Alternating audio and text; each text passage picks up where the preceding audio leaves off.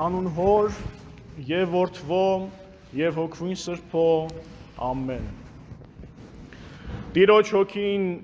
իմ վրա է, դրա համար իսկ օծեց ինձ ուղարկեց աղքատներին ավետարանելու, սրտով բեկյալներին բժշկելու, գերիներին ազատում քարոզելու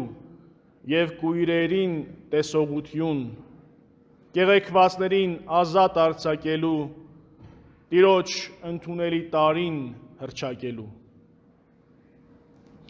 Գերաշնորհ Սրբազան Հայր, սիրելի քույրեր եւ եղբայրներ,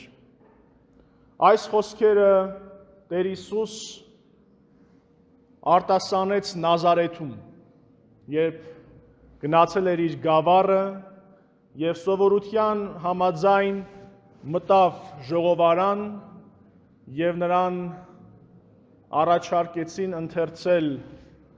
եւ նա ընթերցեց Եսայի մարգարեությունից այս դրվագը, որ մեսիական Գալստյանը ուղղված մարգարեություն էր եւ փակեց գիրը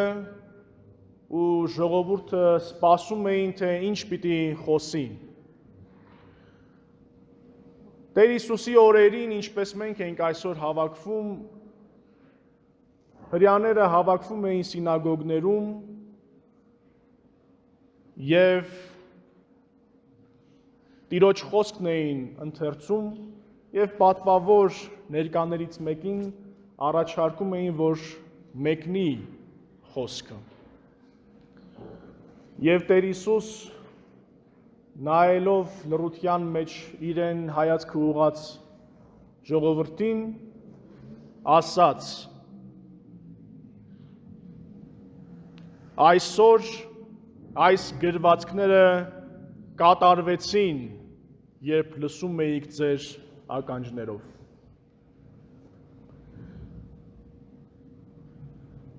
Բոլոր ներկաները գիտեին, որ Եսայի մարգարեության մեջ հնչած այդ խոսքերը Մեսիայի Գալստյան մասին են։ Եվ այն, որ ասում է Տիրոջ հոգին ինձ վրա է եւ շարունակում է թվարկել մեսիական առաքելությունները, որոնք Տեր Հիսուս ինքը արդեն իսկ կատարում էր իր երկրավոր գործունեության ընթացքում, վերջնական իմաստով ասում է Տիրոջ ընդունելի տարին պիտի հռչակվի, որը բոլորը հասկանում էին, որ փրկությունը պիտի գա։ Եվ երբ որ Տեր Հիսուս ասաց, որ այս խոսքերը կատարվեցին, երբ լսում էիք, ներկաները բոլորը խռնվեցին իրար, որովհետև հասկացան, որ մեսիական օրերի մասին է Տեր Հիսուս խոսում։ Ոչ ոք երբեք դրանից առաջ չէր խոսել մարգարեությունների մասին որպես կատարում իր անձի մեջ։ Եվ նազարեթցիները, ինչպես վկայում են համատեսավետարանիչները, սկսեցին փսփսալ իրար մեջ եւ հասել, միթե սա Հիսուսը չէ, որին մենք ճանաչում ենք մանկությունից։ Միթե սրա հայրը Հովսեփը չէ Հյուսնը։ Մարկոսը ինքը եւս նշում է ասելով, որ ասում էին, միթե սա Հիսուսը չէ Հյուսնը։ Միակ ավետարանիչն է, որ նշում է Տիրոջ մասնագիտությունը։ Ոմանք ասում էին, միթե սա Հիսուսը չէ Մարիամի որդին։ Եվ որտեղից սրան այս ամենը։ Եվ որպես եզրափակում համատեսավետարանիչներից Մարկոսը եւ Մատթեոսը ասում են, որ եւ նրանք գայթակղվում էին նրանով։ Տեր Հիսուս մի առած է պատմում նրանց եւ ասում է անշուշտ կասեք բժիշկ, բժշկիր ինքդ քեզ։ Այն ինչ որ արել ես Կափառնայումում, որ չափ որ լսեցինք, արա եւ այստեղ քո գավառում։ Տեր Հիսուս բազում հրաշքներ էր գործել Կափառնայումում, բայց բախվելով նազարեթցիների անհավատությանը, ինչպես որ ավետարանիչներն են ասում, զորավոր բաներ այնտեղ չկարողացավ անել եւ ասաց ճշմարիտ եմ ասում ձեզ, որ մարգարեն ընդունելի չէ իր քաղաքում։ Ավետարանիչները նկարագրում են, որ Տեր Հիսուս նաև խոսում է նրանց այն մասին, որ ինչպես որ Եղիայի եւ Եղիսեի օրով այս մարգարեները չուղարկվեցին իսրայելացիներից որևէ մեկի մոտ, այլ ուղարկվեցին հեթանոսների մոտ եւ հրաշքներ գործեցին այդ հեթանոսների մեջ, այս խոսքերը երբ որ լսեցին նազարեթցիները բարկացան եւ նրան դուրս հանեցին, ասում է ավետարանիչը, մի բարձր տեղ, որպեսզի գահավեժ անեն։ Սիրելիներ, Աստուծո խոսքի չընդունելը հանգեցնում է նազարեթցիների մոտ այն մտադրության, որ գահավեժ անեն Քրիստոսին։ Եվ կարելի ասել Քրիստոսի չարչարանքների առաջին փուլը սկսում է Նազարեթից, երբ որ մերժում են իր խոսքը, եւ ոչ միայն մերժում են խոսքը,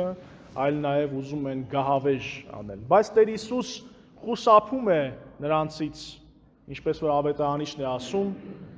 եւ հայրերը այս խուսափելու մեջ նաեւ տեսնում են գալիք հարության պատկերը, ինչպես որ ապագայում պիտի տեսնենք, որ Երուսաղեմում եւս քաղաքից դուրս հանեցին եւ խաչեցին, բայց Տեր Հիսուս խուսափեց ապականությունից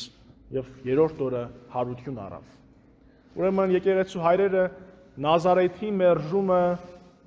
տեսնում են իբրև պատկեր Երուսաղեմի մերժման,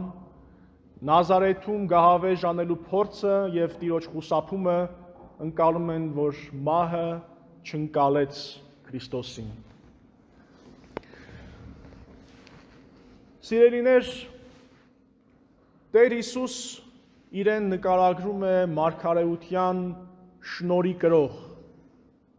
բայց հետագայում տեսնում ենք, որ ավետարանը Տեր Հիսուսի շուրթերով ասում է, որ այստեղ կա մարգարեից վեր մեկը, ինքն իրեն մասին խոսում է ավելի վեր մեկը, քան որ Սողոմոնն է, քան որ որևէ մարգարե։ Նույնիսկ ասում է տաճարից մեծ մեկը կա այստեղ։ Եվ ուրեմն այն շնորհը, որ Տեր Հիսուս ուներ եւ փոխանցեց իր առաքյալներին եւ իր առաքյալների միջոցով նաեւ մեզ այսօր գործում է մինչ օրս։ Եկեղեցին ունի մարգարեական շնորհ։ Իսկ ի՞նչն է մարգարեական շնորհը։ Մարգարեական շնորհը ոչ միայն ապագան տեսնելն է, այլ հռչակելն է Աստուծո խոսքը, Աստուծո կամքը այս երկրի վրա։ Եվ եկեղեցին անում է այդ գործը իր առաջնորդներով, իր քահանաներով, իր հայրապետով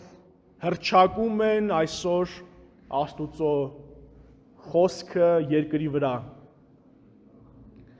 Եվ այն ինչ որ Տեր Հիսուս ասում էր Եսայի մարգարեությունից, որ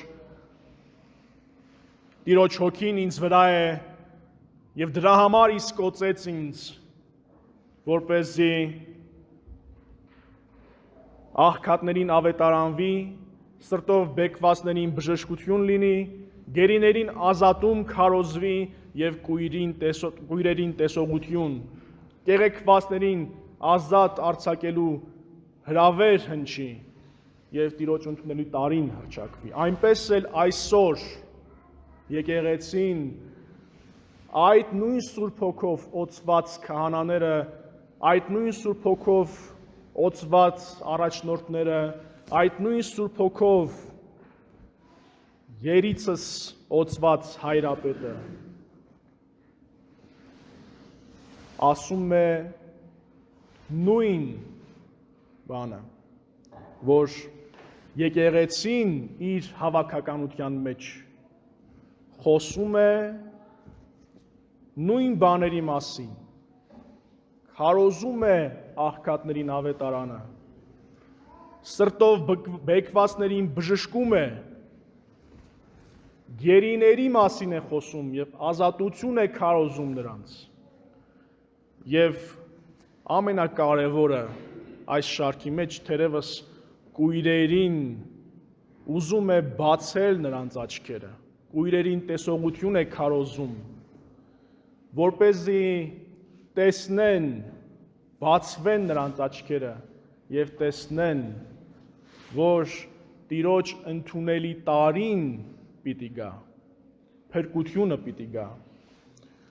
Բայց ինչպես որ Տեր Հիսուսին չընդունեցին Նազարեթում, ինչպես որ չընդունեցին բոլոր մարգարեներին իրենց ժամանակներում, այնպես էլ այսօր հասարակության լայն զանգվածների համար ականջահաճո չէ այն, ինչ որ եկեղեցին է ասում։ Ականջահաճո չէ, երբ որ եկեղեցին բարձրաձայնում է այն արատավոր ընթացքները, որոնք որ կան մեր մեջ։ Եվ ինչպես որ Քրիստոսի օրոք ականջները փակեցին, խցեցին իրենց ականջները եւ ցանկացան գահավեժ անել Քրիստոսին, այնպես էլ այսօր շատերը խցում են իրենց ականջները եւ ցանկանում են գահավեժ անել եկեղեցուն։ Եվ մարդ կորեն սիրելիներ, եկեղեցականներս